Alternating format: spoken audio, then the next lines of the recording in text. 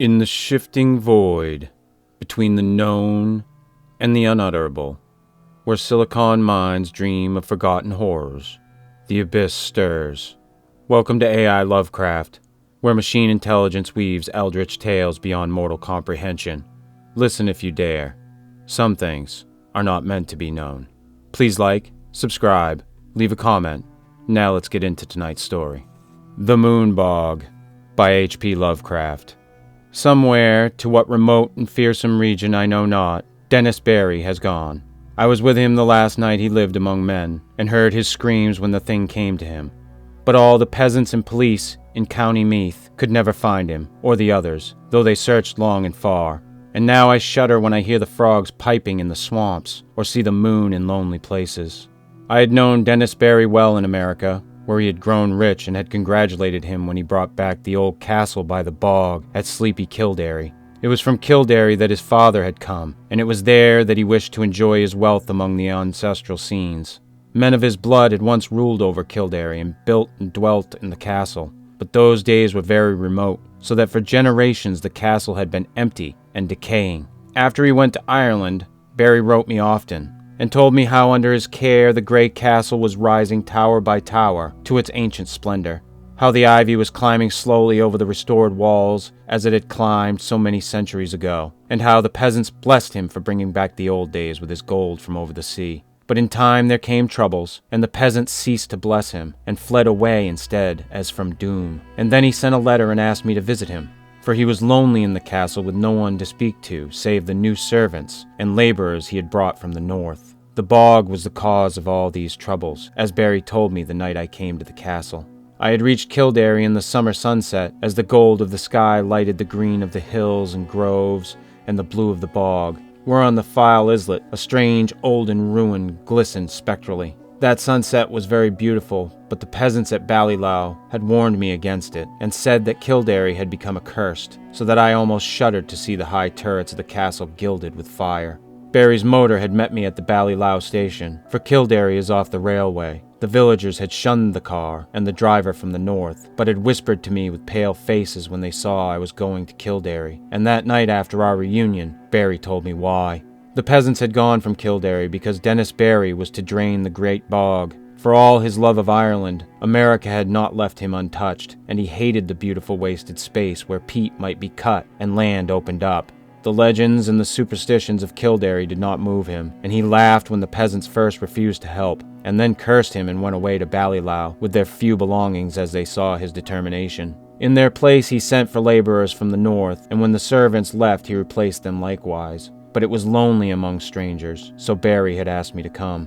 When I heard the fears which had driven the people from Kilderry, I laughed as loudly as my friend had laughed, for these fears were of the vaguest, wildest, and most absurd character. They had to do with some preposterous legend of the bog, and of a grim guardian spirit that dwelt in the strange olden ruin on the far islet. There were tales of dancing lights in the dark of the moon, and of chill winds when the night was warm, of wraiths in white hovering over the waters, and of an imagined city of stone deep down below the swampy surface. But foremost among the weird fancies, and alone in its absolute unanimity, was that of the curse awaiting him who should dare touch or drain the vast reddish morass. There were secrets, said the peasants, which must not be uncovered, secrets that had lain hidden since the plague came to the children of Partholon in the fabulous years beyond history. In the Book of Invaders, it is told that these sons of the Greeks were all buried at Talat, but old men in Kilderry said that one city was overlooked, saved by its patron moon goddess, so that only the wooden hills buried it when the men of Nemed swept down from Scythia in their 30 ships. Such were the idle tales which had made the villagers leave Kilderry, and when I heard them I did not wonder that Dennis Barry had refused to listen. He had, however, a great interest in antiquities, and proposed to explore the bog thoroughly when it was drained. The white ruins on the islet he had often visited, but though their age was plainly great, and their contour very little like that of most ruins in Ireland, they were too dilapidated to tell the days of their glory. Now the work of drainage was ready to begin, and the laborers from the north were soon to strip the forbidden bog of its green moss and red heather, and kill the tiny shell-paved streamlets and quiet blue pools fringed with rushes. After Barry had told me these things, I was very drowsy, for the travels of the day had been wearying, and my host had talked late into the night. A manservant shooed me to my room, which was in a remote tower overlooking the village, and the plain at the edge of the bog, and the bog itself, so that I could see from my windows in the moonlight the silent roofs from which the peasants had fled and which now sheltered the laborers from the north, and to the parish church with its antique spire, and far out across the brooding bog, the remote olden ruin on the islet, gleaming white and spectral. Just as I dropped to sleep, I fancied I heard sounds from the distance, sounds that were wild and half musical, and stirred me with a weird excitement which colored my dreams. But when I awaked next morning, I felt it had all been a dream, for the visions I had seen were more wonderful than any sound of wild pipes in the night. Influenced by legends that Barry had related, my mind had in slumber hovered around a stately city in a green valley, where marble streets and statues, villas and temples, carvings and inscriptions, all spoke in certain tones the glory that was Greece. When I told this dream to Barry, we both laughed, but I laughed the louder because he was perplexed about his laborers from the north. For the 6th time they had all overslept, waking very slowly and dazedly, and acting as if they had not rested, although they were known to have gone early to bed the night before. That morning and afternoon I wandered alone through the sun-gilded village, and talked now and then with the idle laborers, for Barry was busy with the final plans for beginning his work of drainage. The laborers were not as happy as they might have been, for most of them seemed uneasy over some dream which they had had, yet which they tried in vain to remember. I told them of my dream, but they were not interested till I spoke of the weird sounds I thought I had heard. Then they looked oddly at me, and said that they seemed to remember weird sounds too. In the evening, Barry dined with me and announced that he would begin the drainage in 2 days. I was glad, for although I disliked to see the moss and the heather and the little streams and lakes depart, I had a growing wish to discern the ancient secrets the deep matted peat might hide.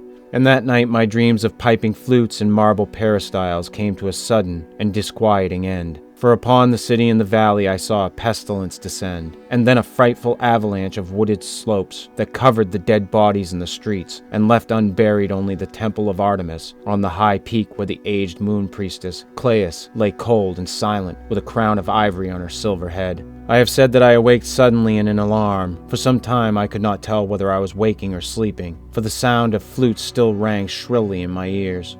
But when I saw on the floor the icy moonbeams and the outlines of a latticed Gothic window, I decided I must be awake and in the castle at Kilderry. Then I heard a clock from some remote landing below strike the hour of 2, and I knew I was awake, yet still there came that monotonous piping from afar, wild, weird airs that made me think of some dance of fauns on distant Menelaus. It would not let me sleep, and in impatience I sprang up and paced the floor. Only by chance did I go to the north window and look out upon the silent village and the plain at the edge of the bog. I had no wish to gaze abroad, for I wanted to sleep, but the flutes tormented me, and I had to do or see something. How could I have suspected the thing I was to behold?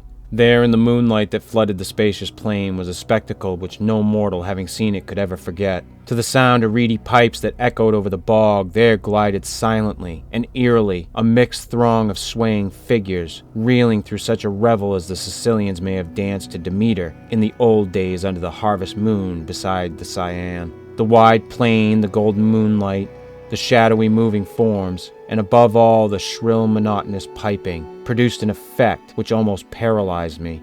Yet I noted, amidst my fear, that half of these tireless, mechanical dancers were the laborers whom I had thought asleep, whilst the other half were strange, airy beings in white, half indeterminate in nature, but suggesting pale, wistful naiads from the haunted fountains of the bog. I do not know how long I gazed at this sight from the lonely turret window before I dropped suddenly in a dreamless swoon out of which the high sun of morning aroused me. My first impulse on awakening was to communicate all my fears and observations to Dennis Barry, but as I saw sunlight glowing through the latticed east window, I became sure there was no reality in what I thought I had seen. I am given to strange phantasms, yet am never weak enough to believe in them. So on this occasion, contented myself with questioning the laborers, who slept very late and recalled nothing of the previous night save misty dreams of shrill sounds. This matter of the spectral piping harassed me greatly, and I wondered if the crickets of autumn had come before their time to vex the night and haunt the visions of men. Later in the day I watched Barry in the library, poring over his plans for the great work which was to begin on the morrow, and for the first time felt a touch of the same kind of fear that had driven the peasants away. For some unknown reason, I dreaded the thought of disturbing the ancient bog and its sunless secrets, and pictured terrible sights lying black under the unmeasured depth of age-old peat. That these secrets should be brought to light seemed injudicious, and I began to wish for an excuse to leave the castle and the village. I went so far as to talk casually to Barry on the subject, but did not dare continue after he gave his resounding laugh. So I was silent when the sun set fulgently over the far hills, and Kilderry blazed all red and gold in a flame that seemed a portent. Whether the events of that night were a reality or illusion, I shall never ascertain. Certainly they transcend anything we dream of in nature and the universe, yet in no normal fashion can I explain those disappearances which were known to all men after it was over. I retired early and full of dread, and for a long time could not sleep in the uncanny silence of the tower. It was very dark, for although the sky was clear, the moon was now well in the wane, and would not rise till the small hours.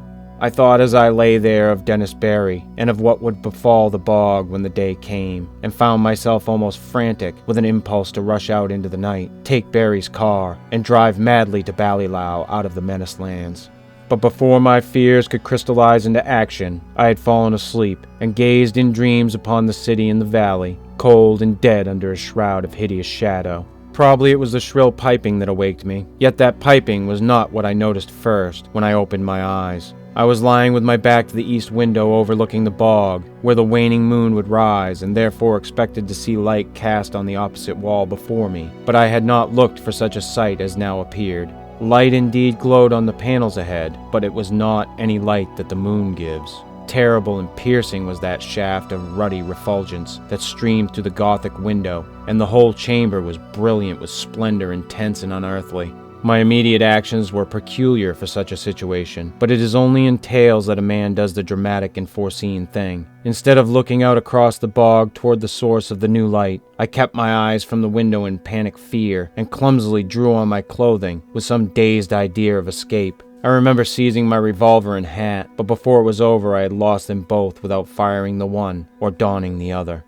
After a time, the fascination of the red radiance overcame my fright, and I crept to the east window and looked out whilst the maddening, incessant piping whined and reverberated through the castle and over all the village. Over the bog was a deluge of flaring light, scarlet and sinister, and pouring from the strange olden ruin on the far islet. The aspect of that ruin I cannot describe. I must have been mad, for it seemed to rise majestic and undecayed, splendid and column-cinctured, the flame reflecting marble of its entablature, piercing the sky like the apex of a temple on a mountain top. Flutes shrieked and drums began to beat, and as I watched in awe and terror, I thought I saw a dark, sultan form silhouetted grotesquely against the vision of marble and effulgence. The effect was titanic, altogether unthinkable, and I might have stared indefinitely had not the sound of the piping seemed to grow stronger at my left. Trembling with a terror oddly mixed with ecstasy, I crossed the circular room to the north window, from which I could see the village and the plain at the edge of the bog. There my eyes dilated again with a wild wonder, as great as if I had not just turned from a scene beyond the pale of nature. For on the ghastly red-litten plain was moving a procession of beings, in such a manner as none ever saw before save in nightmares. Half gliding, half floating in the air, the white-clad bog wraiths were slowly retreating toward the still waters, and the island ruin in fantastical formations, suggesting some ancient and solemn ceremonial dance. Their waving, translucent arms, guided by the detestable piping of those unseen flutes, beckoned in uncanny rhythm to a throng of lurching laborers who followed dog-like with blind, brainless, floundering steps as if dragged by a clumsy but resistless daemon will. As the naiads neared the bog without altering their course, a new line of stumbling stragglers zigzagged drunkenly out of the castle from some door far below my window, groped sightlessly across the courtyard and through the intervening bit of village, and joined the floundering column of laborers on the plain. Despite their distance below me, I at once knew they were servants brought from the north, for I recognized the ugly and unwieldy form of the cook, whose very absurdness had now become unutterably tragic. The flutes piped horribly, and again I heard the beating of the drums from the direction of the island ruin. Then silently and gracefully the naiads reached the water and melted, one by one, into the ancient bog, while the line of followers, never checking their speed, splashed awkwardly after them and vanished amidst a tiny vortex of unwholesome bubbles which I could barely see in the scarlet light. And as the last pathetic straggler, the fat cook, sank heavily out of sight in that sullen pool, the flutes and the drums grew silent, and the blinding red rays from the ruins snapped instantaneously out, leaving the village of doom lone and desolate in the wan beams of a new-risen moon. My condition was now one of indescribable chaos, not knowing whether I was mad or sane, sleeping or waking. I was saved only by a merciful numbness. I believe I did ridiculous things such as offering prayers to Artemis, Latona, Demeter, Persephone, and Pluton. All that I recall of a classic youth came to my lips as the horrors of the situation roused my deepest superstitions. I felt that I had witnessed the death of a whole village, and knew I was alone in the castle with Dennis Barry, whose boldness had brought down a doom.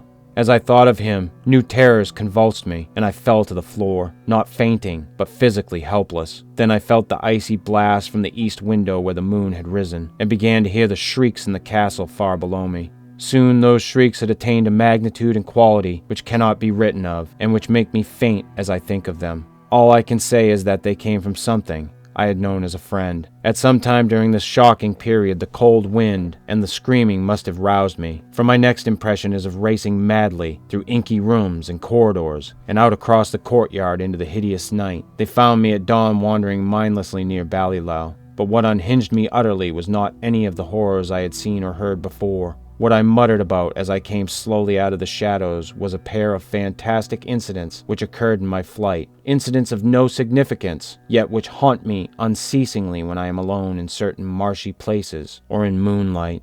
As I fled from that accursed castle along the bog's edge, I heard a new sound, common, yet unlike any I had heard before at Kilderry. The stagnant waters, lately quite devoid of animal life, now teemed with a horde of slimy, enormous frogs, which piped shrilly and incessantly in tones strangely out of keeping with their size. They glistened bloated and green in the moonbeams, and seemed to gaze up at the fount of light. I followed the gaze of one very fat and ugly frog, and saw the second of the things which drove my senses away. Stretching directly from the strange olden ruin on the far islet to the waning moon, my eyes seemed to trace a beam of faint quivering radiance having no reflection in the waters of the bog. And upward along the pallid path my fevered fancy pictured a thin shadow slowly writhing, a vague contorted shadow struggling as if drawn by unseen daemons. Crazed as I was, I saw in that awful shadow a monstrous resemblance, a nauseous, unbelievable caricature, a blasphemous effigy of him who had been Dennis Barry.